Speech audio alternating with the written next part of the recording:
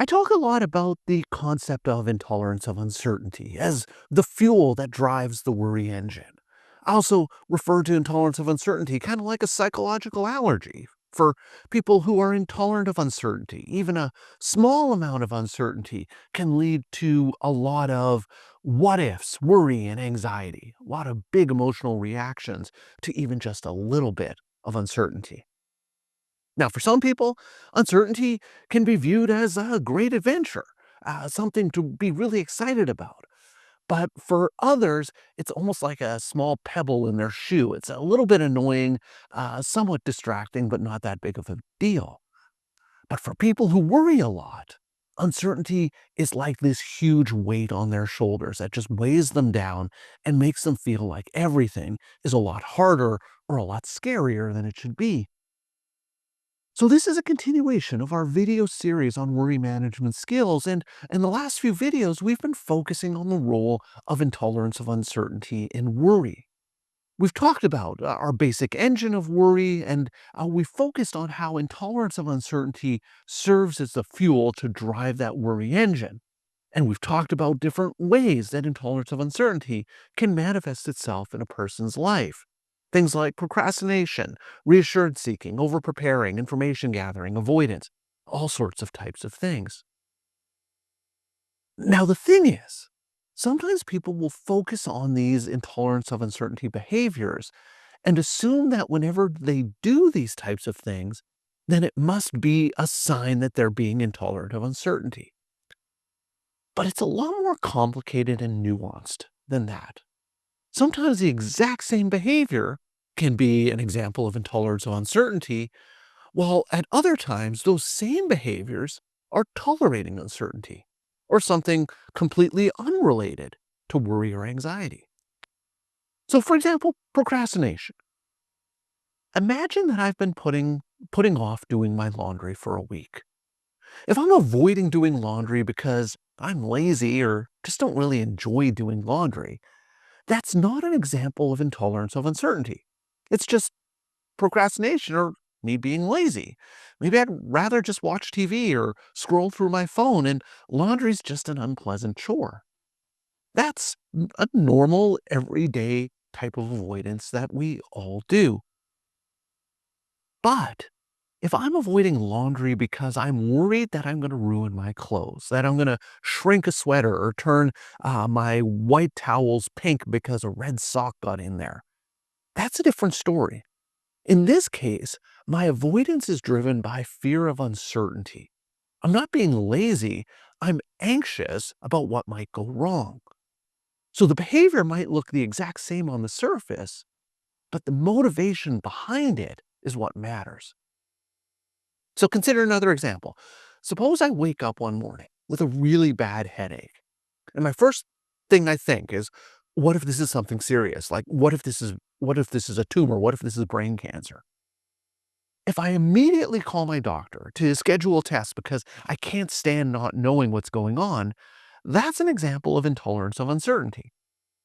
I'm seeking reassurance from my doctor to get certainty to reduce my anxiety.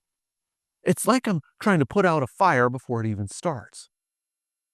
Now, on the other hand, if I'm in that situation, I decide to wait a week and see if the headaches persist before I call my doctor. That's an example of me tolerating uncertainty. I'm okay with not having all of the answers right now and giving myself some time to see if it's actually a problem. Or do these headaches resolve on its own? This is a much more balanced approach. But let's flip the scenario. What if I wake up with that same headache and I think to myself, oh, what if this is serious? Well, what if this is a tumor? What if this is cancer? I don't want to know. I can't handle that bad news right now. And so I avoid calling the doctor because I'm afraid of what I might find out. That's an example of intolerance of uncertainty.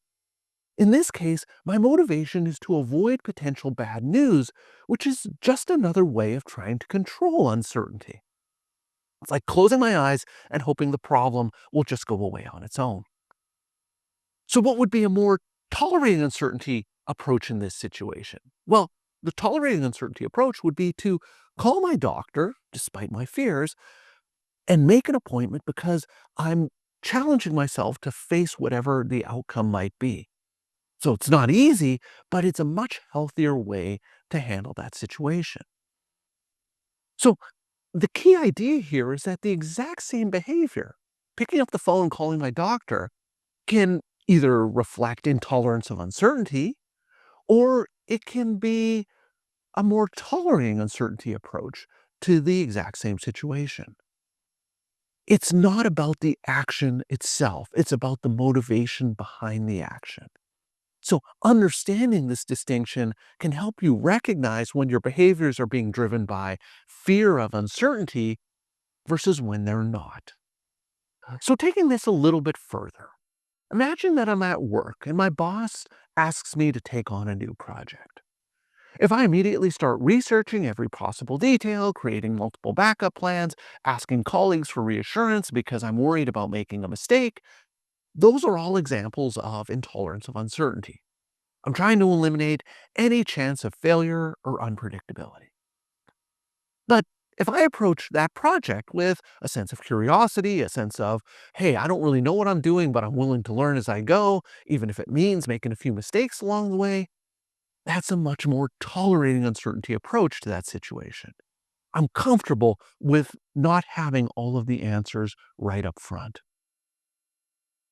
You'll often see this in social situations. Imagine that I'm invited to a party where I don't know many people.